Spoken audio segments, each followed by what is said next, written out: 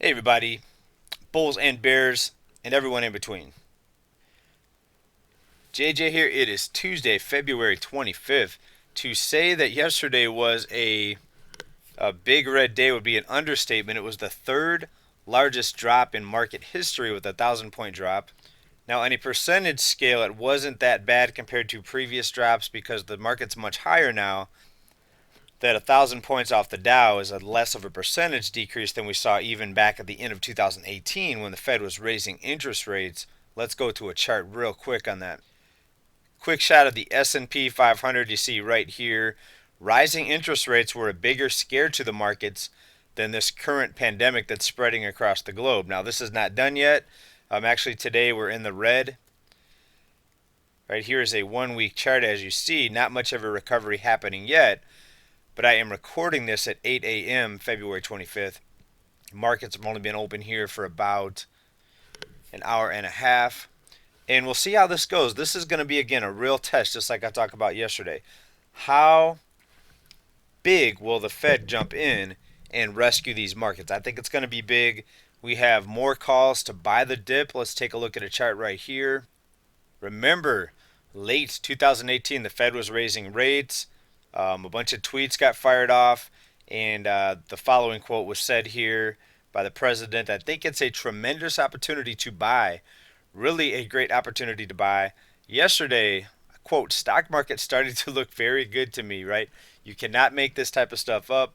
We have the president out there trying to push confidence in these markets. Either that or he is directing individuals behind the scene to rescue this market. Now, I don't know what's going on behind the scenes. A lot of this is guesswork, right? But look at the timing here. The call that's made right at the low, and then boom, we continue to all-time highs. We have another call here recently, and boom, I think it's going to go continue to all-time highs. I don't think this is going to be the market meltdown that a lot of bears have been waiting for so long. Is there going to be a collapse eventually? Absolutely. I don't think it's going to happen until 2020 is over.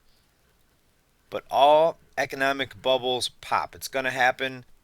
That's why the phrase on this channel, our motto, is ride the bull, prepare for the bear. All right, so if you were in gold, you saw a nice bump yesterday in gold. The problem is, as I mentioned in yesterday's video, gold is being beat down in the futures market. And I talked about that yesterday, and sure enough, we had a big event at the market close yesterday as we saw the price of gold get pushed down with a $3 billion sell order dumped into the market at about 2:30 p.m. Eastern time, about an hour and a half before the market closed. And this is what happened. You have, let's say, institutions out there with unlimited availability of funds that can manipulate the price of, in this case, metals, and just an instant dump, a market order, a sell order, $3 billion, and really push down the price of gold. And again, this is done through the paper market, so there is no physical commodity that has to be tied to the trade, but it affects the price of the underlying commodity, and it's all done with funny money in many cases. Right? It's all digits on a screen. Now, there have been talks out there that it is the BIZ, the Bank of International Settlements, behind this. And remember, central banks are buying gold hand over fist, accumulating. The last few years have really ramped up their gold holdings, and we have to ask ourselves why. And that's why I say prepare for the bear. Banks are preparing for something big. Central banks, they're accumulating gold. Now keep in mind, there are still no deaths in the U.S. from this outbreak, but it is the fear of what could happen. It's a forward-looking situation, and it could be the fear itself. You've heard the phrase, we have nothing to fear but fear itself. If the media begins to push panic, you could see this really start to turn this market over. And you're going to have a major detachment because the stock market, keep in mind, cannot stock grocery stores with food. If you see food shortages, supply disruptions, which we're already starting to see some, that's what I talked about also in a recent video, you could start seeing supply shocks cause panic, and it doesn't matter how high they pump up the stock market, empty store shelves and people starving, People are not going to care what the digital readout is on their 401k, on their IRA retirement accounts. Peter Schiff's out there saying in a recent recent podcast rather, that the entire financial system is on the verge of a reset and that we're going to have to go over to some other commodity based backing of the currency. And I think this picture right here sums it up very well. This was put out on the Hedge recently. Here's what Schiff said recently, quote, "I think the whole fiat system that we have is nearing the end of its life, and the fact that we're at 0% interest rates or negative rates and all the stuff that's going on is the death knell of the system, which was doomed from the start." Now, he's right. The thing about it is, I think that most people underestimate how this market is going to continue to be propped up. Believe it or not, the Fed, they still have a lot of tools in their arsenal and their supply kit that they can come at these markets with. Lower interest rates, negative interest rates, more stimulus. Right? Of course, you have continuous barrage of tweets that are going to try to pump confidence into the market and keep people from panicking. But this is okay. This gives us more time to prepare. Let's get out of debt. Let's have some funds out of the banking system in case of an emergency. Schiff continued, quote, "I do think people have an unrealistic level of confidence in the U.S. dollar, in the U.S. economy, and I think that's going to change. A lot of the central bankers are under the impression that cheap currency is good because it enables you to export to the United States, but the United States is broke and can never pay for anything that it's buying. I mean, this is an asinine system that exists right now where people think that weakness is strength."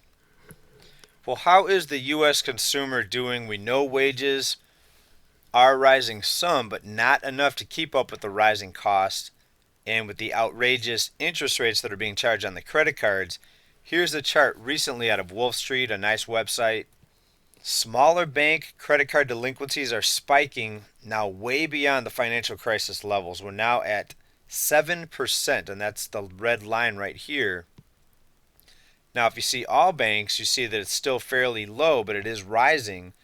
We have seen it rise recently in the last few years from 2% up to about 2.75%. So why the disconnect between the smaller banks and the broader banking system, including the too big to fail banks? Well, you have the too big to fail banks with the biggest, being the biggest beneficiaries of the Fed discount window. So therefore, and able to get business, small banks were forced into more subprime borrowers, and that means higher interest rate credit cards in order to drum up business. Therefore, the smaller banks are taking a bigger hit now on the delinquencies. So we'll have to see how this plays out. But as you can see right now, when it comes to these smaller banks, things are not looking so good. And maybe we'll see some smaller banks get bought out by bigger banks. More consolidation is something that's pretty typical at the turning points in these markets. So this is another sign that consumers are getting more and more tapped out. But one of the biggest problems is a lot of people do not see the writing on the wall. So they're continuing to spend. They continue to believe that somehow things are going to get better even though we are at or nearing the end of this current bull market. And now you add in the global scares that are happening right now, the severe weather, economic uprisings in many countries across the globe. Things are getting crazy, and they're going to get even crazier as the year goes on. Thanks for watching this update, everybody. We'll try to get back later today with another market wrap-up. But if we don't get it out today, tomorrow we'll definitely try to get something out. Thank you, everybody, for your support.